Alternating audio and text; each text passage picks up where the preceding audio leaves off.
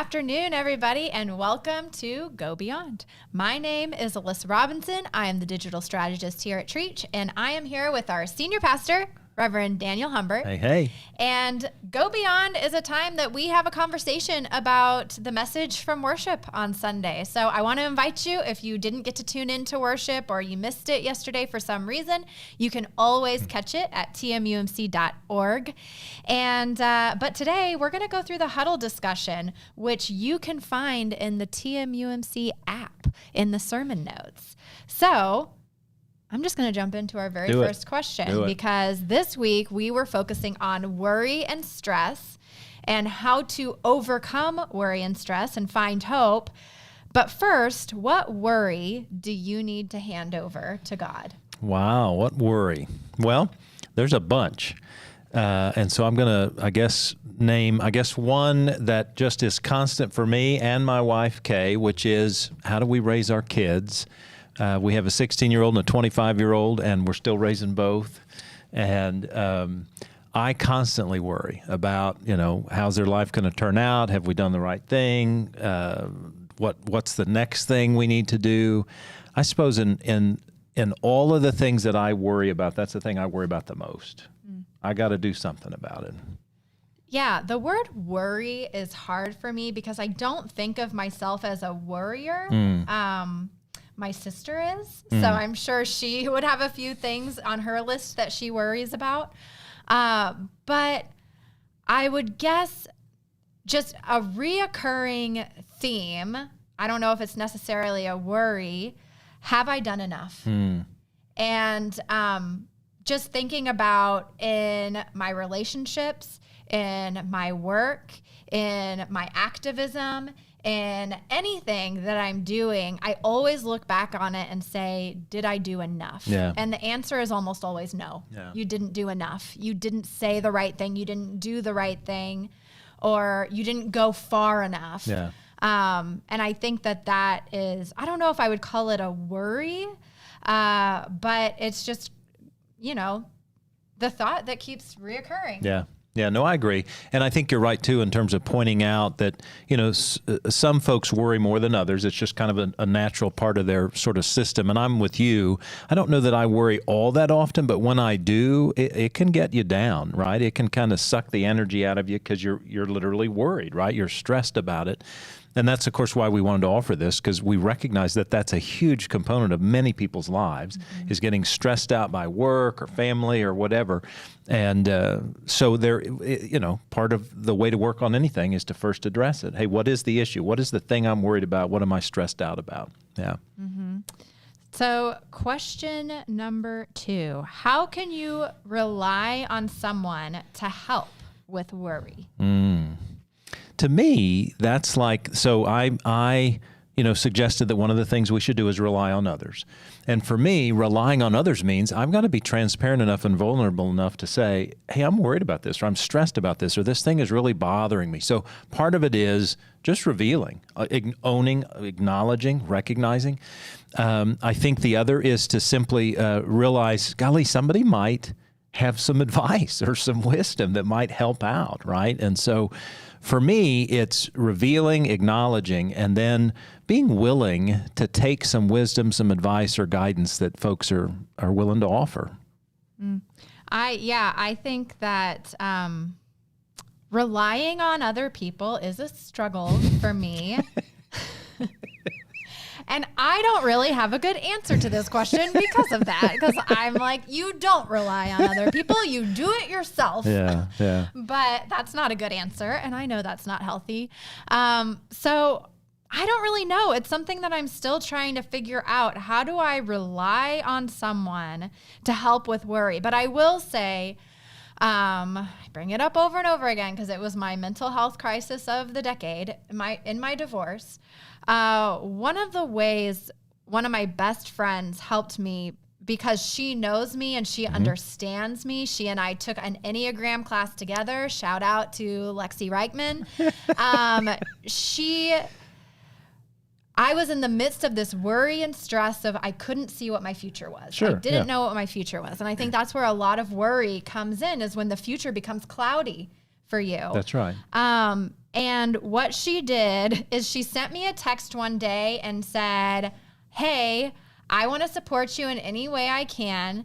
Here are a list of 15 things that we could do together. See? Do you want to go to a movie? Do you want to join my workout group? Yeah. Do you want to go for a walk with me? Do you want to and she gave me this list of all of these things that we could do together because she knows that's my love language is actions, being active. And so I just picked from the list and I was like, let's go exercise together. And she just made herself available. And so she was helping me work through my worries and stress in a way that she obviously knew me and she loved me. And you actually relied on her. I did. Yeah. I relied on her. I think another way to do that, and I was just realizing it as you were speaking, was, and this is more formalized, but so a therapist, a spiritual director, a pastor, go talk to somebody. Literally, just talk to somebody. So Lexi was great in terms of literally recommending thoughts or activities or events. Some people are just great at listening, right? Just listening to whatever the concern is, because sometimes that's all we need, right? It's just somebody to listen, to hear us out. We may not need a solution. We just may need to sort of share that information. Mm-hmm. Okay, our last question today. Why is trusting God so difficult? We're not going to ask, is trusting God difficult? Because we're just going to make the assumption that it is. Come right. So why is it so difficult? Because we're ornery and we're stubborn and we're human, right? I mean, I don't know how else to put that. We struggle with trusting God because in part what it means is I got to give up control. You ever had that issue before? Never? I've never given up control, so not a problem. Yeah. So I just think that's the issue. All of us, I shouldn't say all, I guess most of us struggle with giving up control of something, of some component of who we are, right? Because we want that. And in part, that's what causes a big tension, not just with God, but with other people, in relationships. I think it is a part of our pride is just going, I want to take care of this. I want to handle this. I want to make this happen. I'm very guilty of that. And so I think that's the hardest struggle. Well, and to give a teaser for Wednesday's questions, one of my questions for Wednesday is, what does it even mean to trust in God? Yeah. Because for me, it's that crossroads of trust and faith. Of like, okay, how am I trusting in something that I cannot see? Yeah. Like at least with another person, we can share each other's company and literally be in conversation, and I can decide, am I going to trust you as a person? And I feel like trusting God is difficult for me because sometimes I'm like, well, what does that even mean to trust God? To trust in this entity that I cannot see and be in conversation with and ask questions of and get a solid answer. Mm-hmm. And so sometimes it just feels like, does it mean like just putting your trust into the universe and that the universe will show you I don't know. Yeah. I don't know. It's so open-ended. I would agree with that, but it's not as tangible. And that's absolutely right. That's where faith comes in. And it's interesting you sort of tied faith and trust because they really are heavily tied together. But then there's this other one too that is related but not the same, and that's hope. That is to say, golly, am I going to hope that somehow I'm going to get an answer or a solution, or this thing's just all going to work out? And of course, a part of what I said Sunday was, look, God's not in the business of solving your problems. God's just in the business of helping us out and offering comfort and care.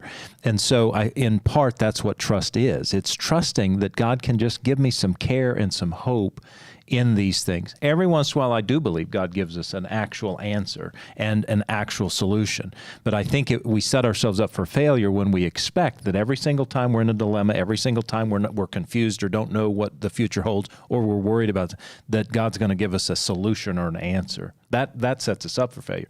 But on the other hand, if we trust and hope that God can just kind of guide us, comfort us, give us some assurance, recognition that things are going to work out somehow, some way, I think that makes a big difference. Yeah. Now, do I do that all the time? No. Well, and that kind of goes back to the worry that I need to hand over to God is, have I done enough?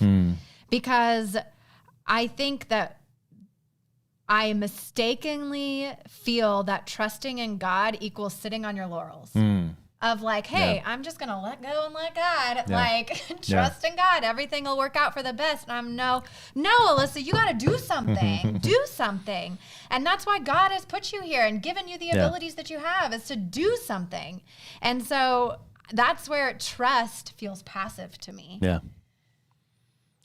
And that's a bad thing for Alyssa. Hey. I don't know. I think God uses it. There you go. So I agree. wouldn't say it's a bad thing. So it can be unhealthy to the extreme that I take it. Yeah. But yeah. So if y'all have any answers to these questions, feel free to leave them in the comments, or if you have a commentary on our answers to the question. How do you trust God, or what struggle do you have with trust in God? Man, I'd love to respond to any of those. And what does trust even mean? There you go. Please help me. But those are all the questions that we have today. So thank you for joining us for today's huddle discussion, and go beyond. And you can catch us again on Wednesday at 12:30 for another live stream where I get to ask Daniel some additional questions about worry and stress that I don't have to answer. Yeah. And we will see you then. And until... There's some resources, though. Until next time, check out tmumc.org/wellness, where we have a new mindfulness practice that was put out today on... You can watch me and Ted Hyde do holy yoga together, which is really great and enjoyable for me. Tomorrow, we have another virtual roundtable on worry and stress that goes out at 7 p.m., podcasts on Wednesdays, our in-person class on Thursday.